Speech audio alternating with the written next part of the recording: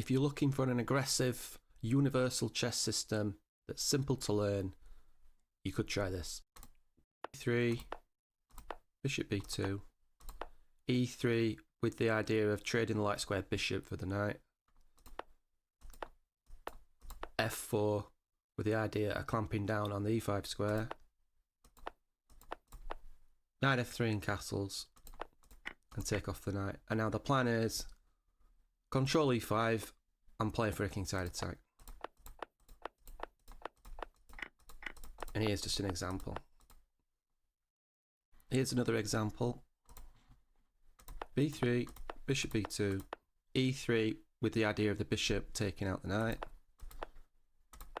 f4 to control e5, knight f3 in castles. Incidentally, d3 there is so that you can get the knight into the game. Like that. And there we go. Simple as that. In this game, black disrupts white's plans, but you can play around that. So b3, bishop e2, and now you can see still e3, but I can't get in f4, and I can't really play bishop b5 check due to c6. So just play around that. Knight f3, bishop e2, castles, and in this case we're just going to attack the centre. Attack the centre, and I now can still play for e5. And a kingside attack.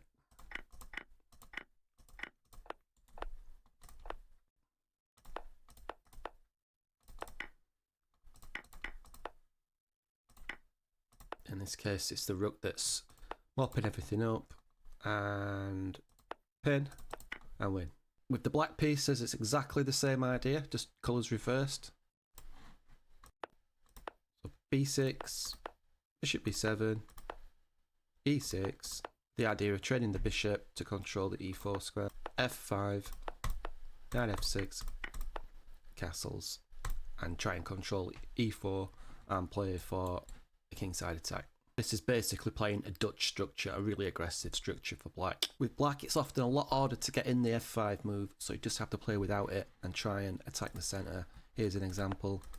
So again, b6, bishop b7, e6, the idea of trading the bishop for the knight, controlling e4. You can't get in f5, so knight f6, castles is the idea, eventually. And chipping away at the centre of the board. This is just a quick example, sort of thing. This was a nice move, actually. This forces the queen trade due to the checkmating 2 threat. Of no relevance to this opening, so I'm going to move it on to the next example. With the white pieces, the opening is absolutely solid at the top levels. With the black pieces, it's probably not as solid, but it's absolutely fine for anybody under 2000. Especially, maybe even a bit more. So here's an example again, and this time I actually try to get in f5, because if we takes, and a lower rated players might just take this, then you just take it, winning the rook, and it's just a case of fighting for the centre and playing as you go along, really.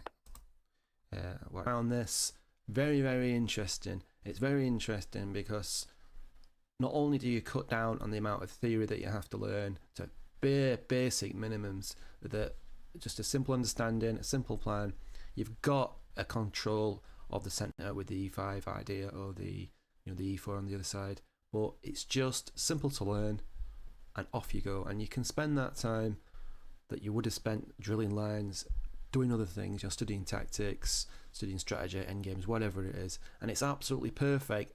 This sort of system opening, I don't really call it a system opening, but I suppose it is a system opening in a sense, that you can just get on with it, you can play a game, and quite often than not, you're in a better position than your opponent, because you're playing these much more often than your opponent's facing, right? And I just think whether you should play a system opening is down to a couple of things, really. It's down to, number one, how much time have you got to study chess, where you currently are and what level you're playing at. Do you easily get bored with playing the same sort of structures? Do you want to see lots of different structures? If so, then probably playing a system setup's maybe not for you.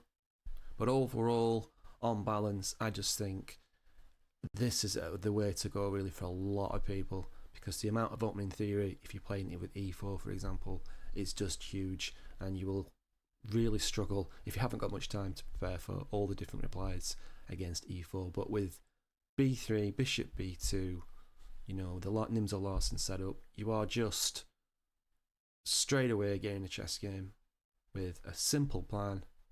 Control the e5 square and play for a kingside attack, and you can get that 9 times out of 10.